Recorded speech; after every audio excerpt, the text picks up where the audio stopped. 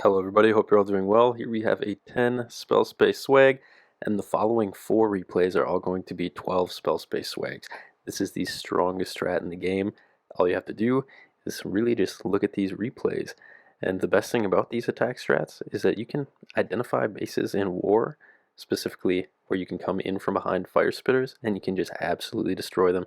And what really makes this attack so amazing is that all the spells that we're swagging at the end, we can invest at the beginning to unlock all of the craziest tricks and most insane attacks in Clash of Clans. This basically will open up the entire game for you. All you have to do is learn this attack strategy and follow my channel, because I will be showing you very soon how to do all the most insane tricks like Skelly Donut, Giant Arrow Zap, Giant Arrow plus Fireball for the Town Hall, Giant Arrow plus Fireball plus Zap, Sneaky Gobs for the Town Hall, Blizzard. This is just absolutely insane. Oh, and also double hooked recall. So yeah, make sure to give a like, share, and subscribe, because it's going to get pretty crazy on the channel here very soon. So for this attack, we're using the Warden to set a funnel, and immediately when you see a base, what you want to look for is Flame Flinger value, and you want to look at pathing for your AQ charge. So we're using the Warden to create pathing for the AQ charge up here at 12, and we want to try to come in from behind fire spitters. So we have the Flame Flinger down here working at 9 o'clock, going to eliminate this Ricochet Cannon and hopefully this multi-gear tower as well. And with a Warden, we're clearing a path so that we can drop our AQ just to the right of the Warden and lead the Warden over here towards this fire spitter compartment next to the monolith. And we want to try to get our BK into that compartment to get hooked first. So waiting on that rage to wear off, wears off, Expo goes down, sending in an Ice Golem in front of this AQ, and the Ice Golems are there to help stall up some of these defenses so that we do not have to use spells for our heroes, and also we can save our hero abilities for in the core of the base. It's always best to use these levels of protection in the core of the base. And notice the BK met up with our AQ, with our Warden, and now he's in a position to get hooked. Gets hooked by the hook tower. Now he opens up the entire core for the AQ, and we still have 2 levels of protection. We have the AQ ability, we have the Warden Eternal Tome ability, and notice this AQ, she's just getting powered by this Warden Rage Gem. So Warden goes to ability, now everything is eternal in the core. Still have an Ice Golem. Ice Golem is going to freeze up this Ricochet Cannon, also freeze up the enemy minion prince, and notice the RC. The RC just comes in at the side of the AQ, keeps the AQ in the core, so the AQ can tank for the RC some of these core defenses, and meanwhile, the defenses that can't be tanked by the AQ are being frozen up by Ice Golems. But notice this Ice Golem down here at the bottom left, it's stuck up on a mortar, so a lot of times you want to save a loon or a wizard or a Yeti or a Valk or a couple rocket loons to try to eliminate the outside defenses that the Ice Golems are stuck on so they can move a little bit farther in. Notice another Ice Golem, top left, going to freeze up all these defenses, specifically the Ricochet Cannon, to keep our RC alive to help her finish off this base. And this is what makes this attack strategy so powerful.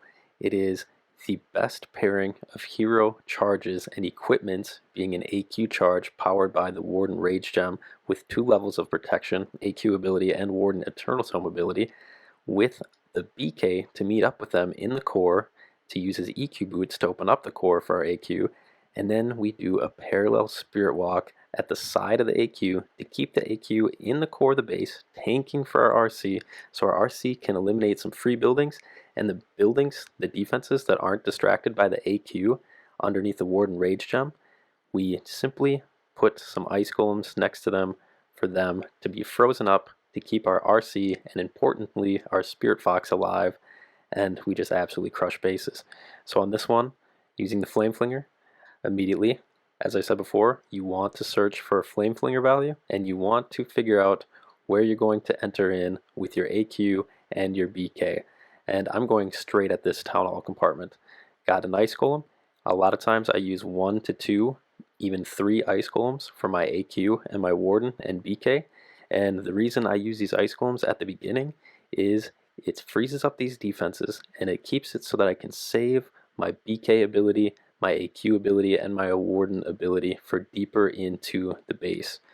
So again, frozen up enemy heroes. Now the BK has stepped up to a point where he can get hooked. Whenever you see these hook towers, try to get your BK hooked.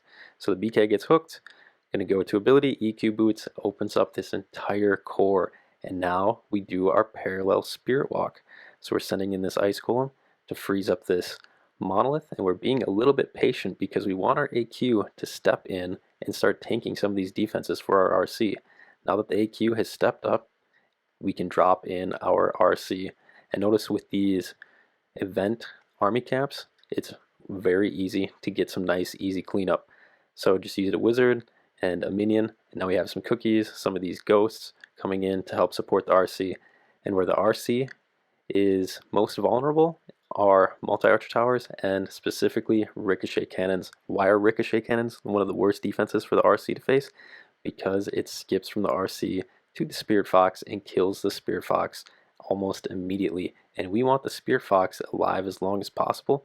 So when the RC does become attacked or targeted by some of these defenses, she can then go invisible and pass the defenses off that we're targeting her onto the AQ, which is underneath the Warden Rage Gem with the healers, which makes her just so insanely strong. So going ahead, dropping one skeleton spell, better to use that than a bunch of invisibility spells, trying to get as much swag as possible, going to swag 12 spells, and as I said before, this attack opens up every single trick in Clash of Clans. You learn this attack, you basically beat the entire game. And I will be sharing a bunch of war replays so that you can see how to attack some of these base specific war bases in just a way that you absolutely crush them in multiple different versions of this attack strategy. Because there's many different versions of this attack strategy, but the underlying fundamentals are all the same. An AQ charge powered by the Warden Rage Gem with either an AQ ability for protection or an Eternal Tome for protection, or both. So if you're using the Fireball version, you only have the AQ protection in the core, and if you're using the Giant Arrow version, then you have to rely on the Eternal Tome version of protection in the core. So with this attack, what makes this so strong is that we have 2 levels of protection. Again, Flame Flinger value, and now using the Warden. And notice the Warden was distracting that Expo for the Flame Flinger. Now that that Expo is gone, the Flame Flinger can keep on getting a bunch of value. Going ahead, dropping in some Ice Golems, and dropping in this Ice Golem over here by this multi-gear tower, because a multi-gear tower will absolutely destroy your BK. Now using some of these Rocket Loons, a couple Valks, a couple Wiz to try to funnel and push this BK in towards this town hall, because we want the BK to get as far in towards this town hall as possible, because we want him as close to this middle wall section as possible so that he can open up and give access to this core section with his EQ boots for our AQ. So he manages to get somewhat close. Go ahead, use his ability. Have to use the AQ ability and the Warden ability early, which is kind of insane that we're still going to swag this many spells. So now, with some of these defenses distracted, we go ahead, use our RC. Notice Ricochet Cannon, so we wall broke in at this top right section, and we're going to freeze up the Ricochet Cannon and this Archer Queen, enemy Archer Queen. So going ahead, using the Rocket Spear to outrange some of these defenses, and notice one of our Ice Golems got sprung by a Spring Trap. So that's not going to change. This attack will be the exact same as far as Spring Traps after the new update. And again, with the event army camps, we're able to highly benefit from some of these cookies and ghosts on this backside to help distract for this RC. However, I was a little bit slow activating them. So now RC steps up, one invisibility spell to get the RC through the monolith, and notice even if the AQ dies, you will have some of your healers path over to your RC. However, in this attack strategy, it is one giant AQ charge with a parallel RC Spirit Walk. If you do not want a time fail, it's highly valuable to keep both of them alive to the end of the raid. And if you're new to this attack, well, everyone's going to be new to this attack because I just invented, well, I didn't just invent it, I invented it Town Hall 16. And having done pretty much every attack possible in the game, I will tell you that this is the most fun attack. possible in the game. It doesn't get better than this. So I highly recommend learning this. And again, I will be posting some more replays to show you just how you can destroy some base-specific war bases, because you can fully exploit every trick in Clash of Clans with this one attack strategy, which is a huge eternal AQ charge. So again, create a funnel with the Warden.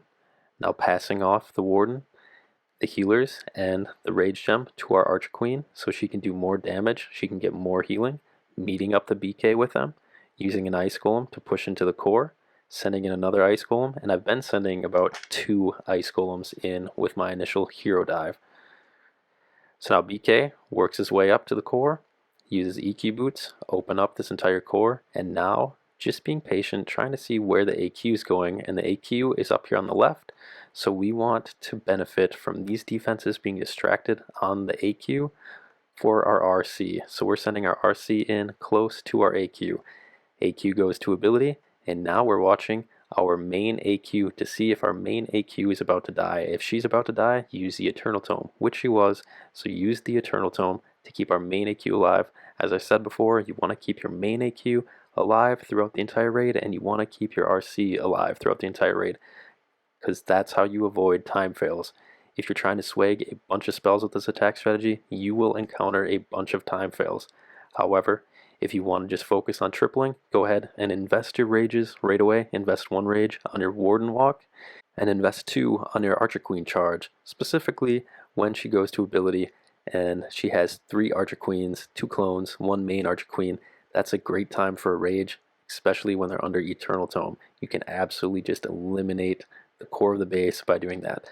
But this, it's all about trying to swag, because everyone's bored of the same old Clash of Clans, so it's time to make a game within the game and just see how many spells we can swag and get away with.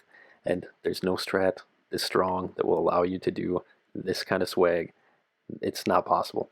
It's a little bit surgical, but this version is actually quite easy because there's really not too much difficulty. You don't have to worry about a giant arrow zap. You don't have to worry about fireball missing.